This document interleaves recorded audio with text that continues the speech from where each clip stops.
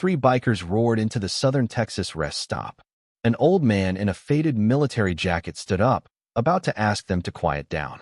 "This old-timer looking to die early," one shouted before punching him square in the face. They did not know.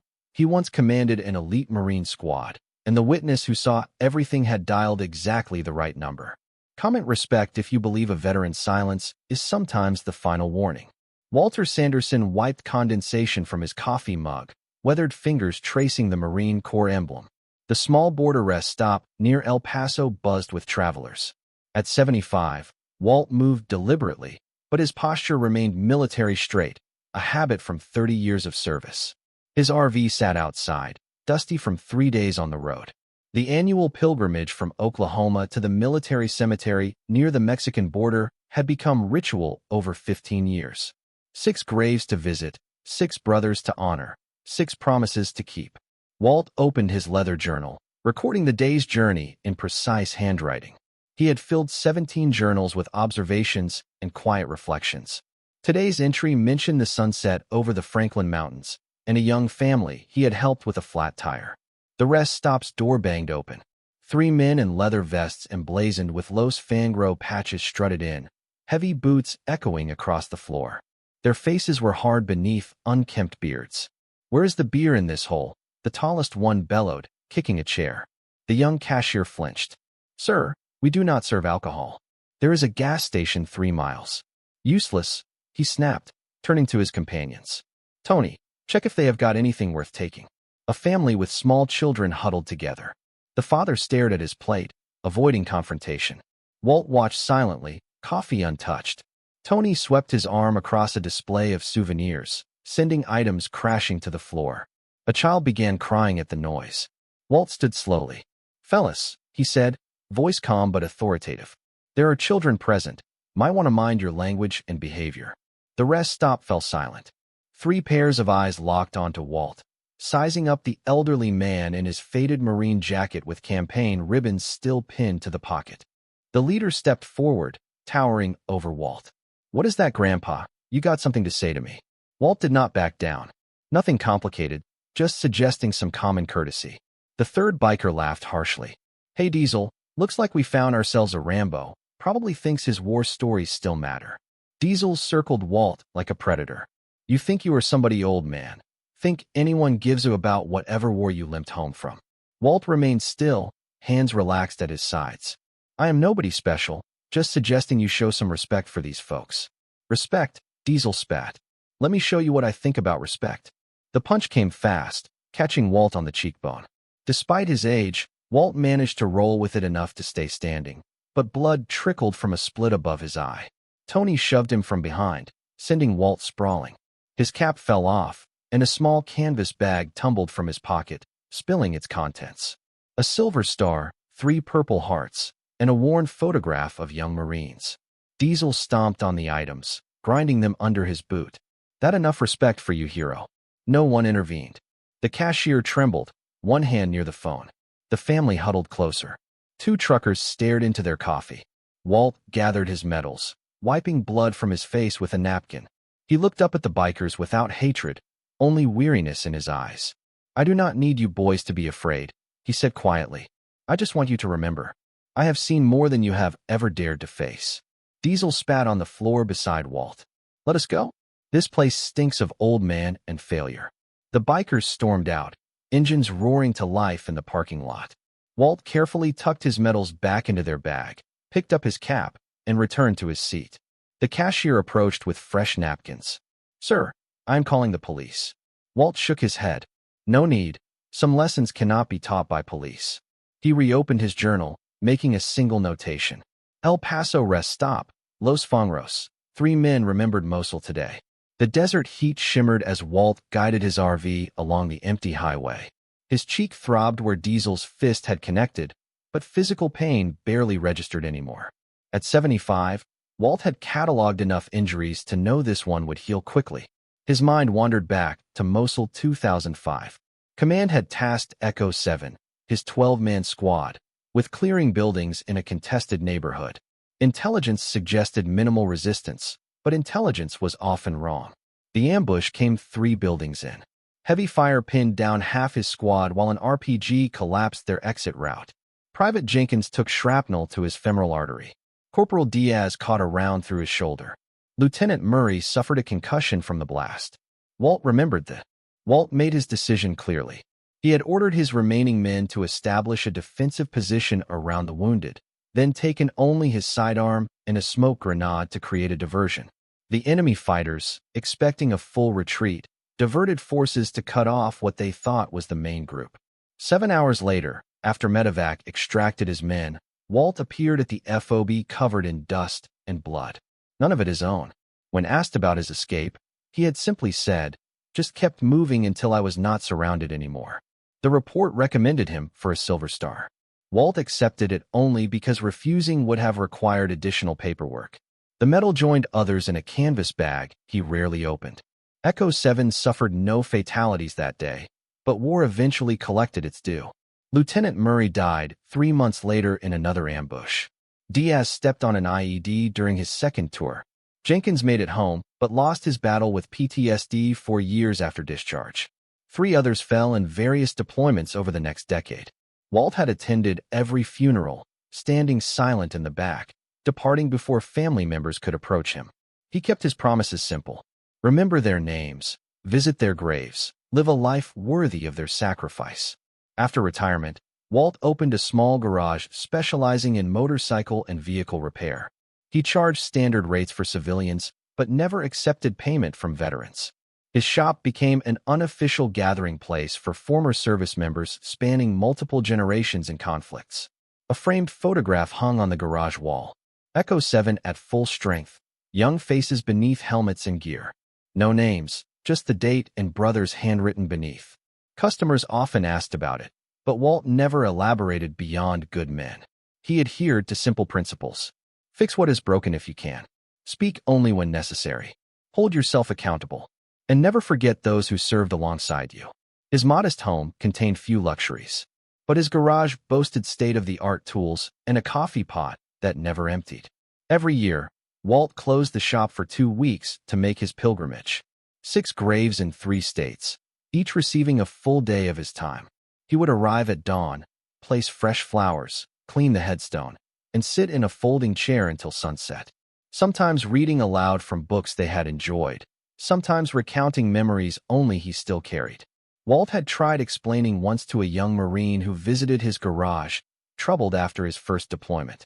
"Being afraid does not make you weak," he had said while replacing a timing belt. "Acting despite fear makes you strong." The guys who claim they are never scared are either lying or have not faced anything truly worth fearing yet. The young man had asked how Walt stayed so calm all the time. Walt's response became something of a mantra among local veterans. "Silence is not weakness. It is the strength of someone who has faced death and still got back up." Walt did not own a computer, had no social media presence, and kept his television tuned to weather reports and baseball games. When customers insisted he needed to get with the times, he simply smiled and said, "The world is noisy enough without me adding to it." His cell phone, a basic flip model, contained only 7 numbers. The garage's landline, his doctor, and 5 surviving members of Echo 7 scattered across the country. They rarely called each other, but the understanding remained that any call, day or night, would be answered, and whatever was needed would be provided without question. As the RV crested a hill, the military cemetery came into view, white markers stretching in perfect formation across the desert landscape. Walt pulled into the visitors' parking area, turned off the engine, and sat in silence for several minutes, touching the bruise on his face. "Almost forgot why I came," he murmured. "Thanks for the reminder, boys." He reached for his uniform cap, straightened it carefully, and stepped out into the harsh sunlight, ready to keep the promises that had sustained him for decades. Mia Cortez wiped down the counter at the rest stop, her hands still trembling from the confrontation. The bruised old Marine had left after finishing his coffee, refusing her offer to call an ambulance or police.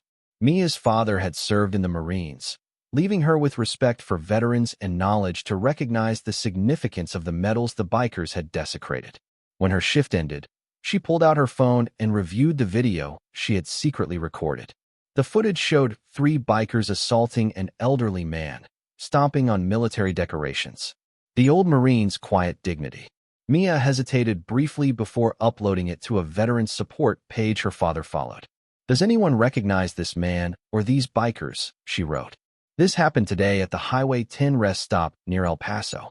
2,000 meters away in North Carolina, James Doc Peterson was closing his physical therapy practice when his phone buzzed. The 68-year-old former Navy corpsman scrolled through his feed, stopping abruptly at Mia's video. "Jesus Christ," he muttered, recognizing both Walt and the Echo 7 patch on his jacket. Doc had not seen Walt in person since Murray's funeral 12 years ago, but some faces you never forget. Within an hour, the video had been shared across veteran networks. By midnight, it reached 4 more members of Echo 7. Michael Reyes, now a high school principal in California, was first to call document. "Is that the sergeant?" "Affirmative," Doc replied. Someone caught up with him on his annual tour." Lo, Reyes said. "Small-time outfit between Texas and Mexico, not affiliated with any major club, just thugs using biker patches to intimidate. Anyone reach out to Walt?" "Would he answer if we did?" Reyes asked.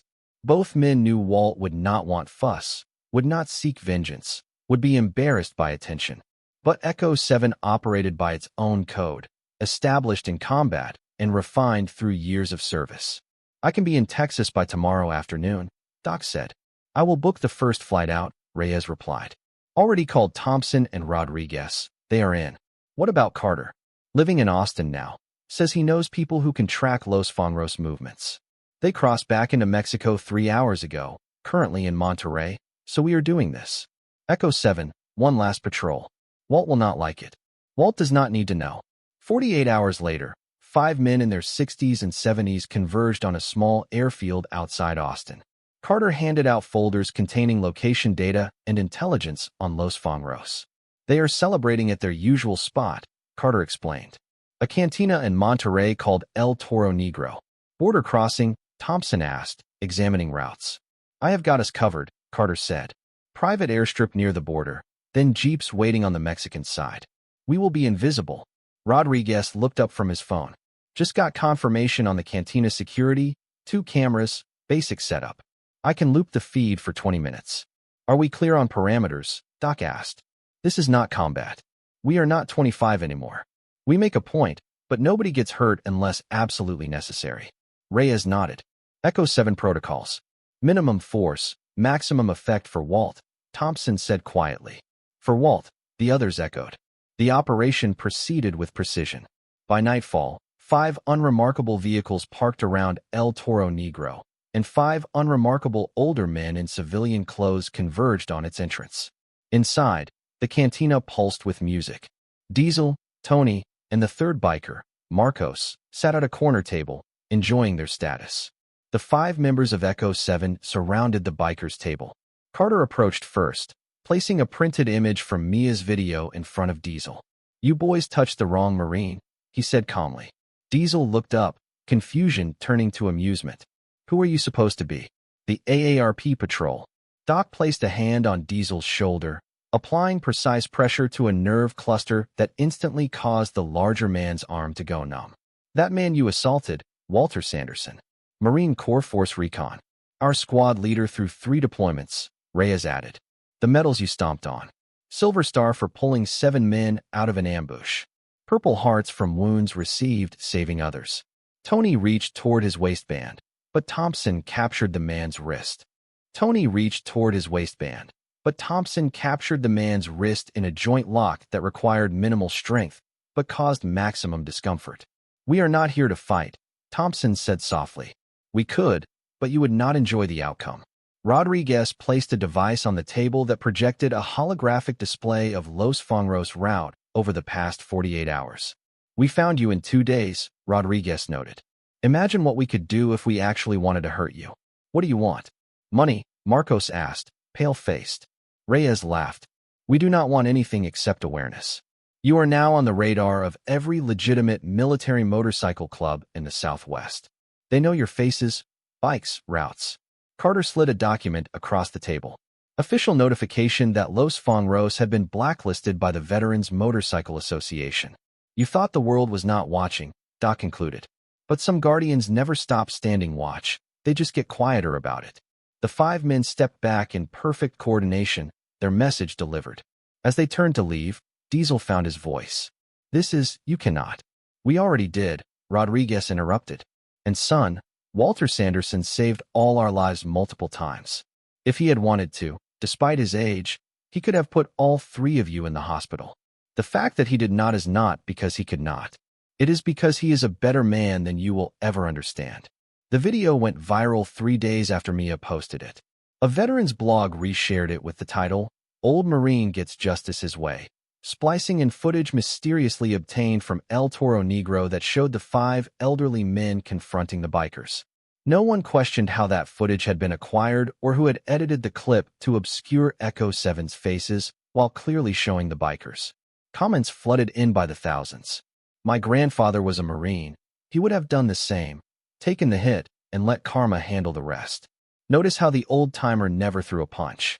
That is a man who knows he does not need to prove anything. Those bikers just learned real warriors do not stop being warriors when they take off the uniform. The video accumulated over 2 million views within a week.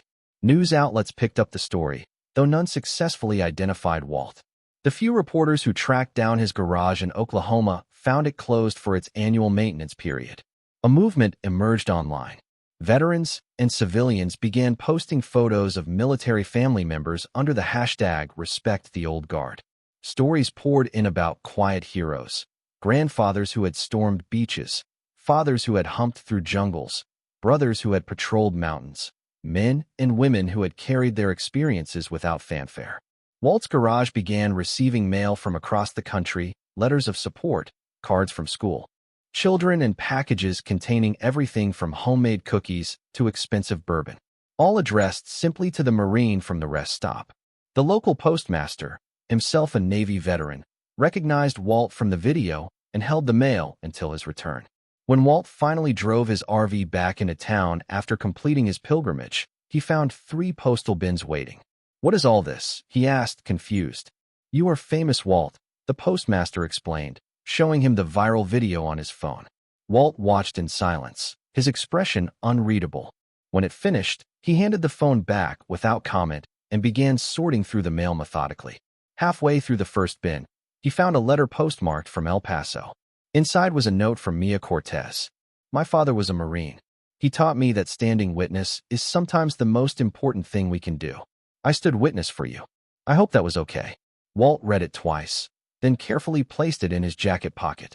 3 days later, Eastwood High School announced that their newly renovated library would be named the Walter Sanderson Resource Center in honor of quiet courage and unwavering principle. Walt declined the invitation, but sent a handwritten note suggesting they name it after Lieutenant Murray instead. The Veterans of Foreign Wars Post in Oklahoma City organized a silent honor observance, during which participants sat in complete silence for 7 minutes, one for each member of Echo 7 who had passed away. The event spread to other VFW posts, becoming a monthly tradition. A week after Walt reopened his garage, a young Marine on leave from Camp Pendleton arrived with a motorcycle that was not actually broken. After watching Walt work for nearly an hour, he finally asked the question he had traveled 1,500 miles to pose. "How did you do it, sir? Stay so calm when they disrespected you like that." Walt continued adjusting the perfectly functional carburetor before answering. "You ever been in a firefight, son?" "3, sir. Afghanistan." "Then you already know once you have seen the worst the world can throw at you. Watched friends die, made impossible choices, some loudmouth in a leather vest does not register as a threat. Just noise. But were you not angry?" "Of course I was," Walt admitted, wiping his hands. "But anger is a luxury for people with something to prove. I proved everything I needed to long ago to the only people whose opinions ever mattered to me." He gestured to the framed photo of Echo 7. The young Marine nodded slowly. "The guys from my unit, we try to meet up every year too. Not all of us make it though. Keep trying," Walt advised. "Those connections matter more than anything else you will bring home." More veterans began appearing at the garage, some with legitimate repair needs, others simply seeking a few minutes in Walt's presence. He treated them all the same. Fair prices or no charge if they insisted they were friends of friends. Minimal conversation, excellent work. None mentioned the viral video directly. None needed to. In their world, some things were understood without requiring discussion. Walter Sanderson made one change to his routine following the incident. Instead of traveling alone on his cemetery pilgrimages, he began taking veterans along, never more than one at a time, always someone struggling with their return to civilian life. They would ride in the old RV, often in comfortable silence for hours, until Walt would suddenly speak, sharing a story about the man they were traveling to honor. Not war stories, but human ones.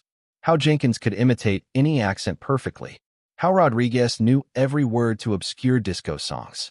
How Murray wrote poetry he never showed anyone but Walt. The first companion was the young Marine from Camp Pendleton. Others followed, an Army sergeant haunted by decisions made in Kandahar, a Navy corpsman who could not stop seeing the faces of those she could not save, a drone operator suffering moral injury from strikes ordered from thousands of miles away.